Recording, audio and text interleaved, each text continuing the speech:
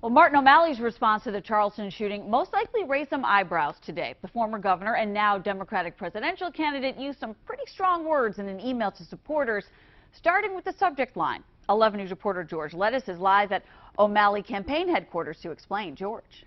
Yeah, Kate, there's no doubt that O'Malley wants voters to know about his gun control record, but one political analyst says the way he did it today is unpresidential. From Jeb Bush and the violence that took place in that church just breaks our heart. To Hillary Clinton. The shock and pain of this crime of hate strikes deep. The 2016 presidential candidates wasted no time responding to the Charleston church shooting.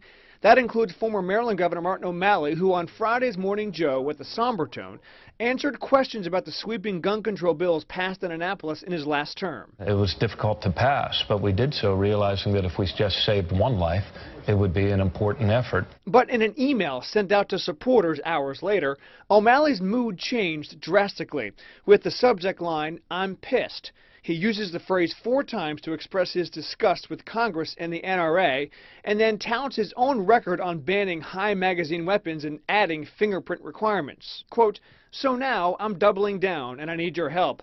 What we did in Maryland should be the first step of what we do as a nation. The NRA is already blaming the victims of Wednesday's shooting for their own deaths, saying they too should have been armed. Let's put an end to this madness," end quote. Politicizing a tragedy, or a politician proud of his record? It's a fundraising stunt. It's very intemperate. If anything, it shows that in this case he's not very presidential. I'm a bit puzzled that he would do this, except for the fact that he's out to try to raise money from supporters who might look for someone who is going to shout as loud as possible.